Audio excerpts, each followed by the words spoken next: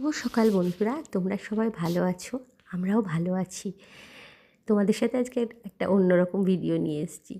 জানো তো, এটা আমার ছোট বোন, আমাদের বাড়ির সবথেকে ছোট মেয়ে, মানে আমার মামার মেয়ে।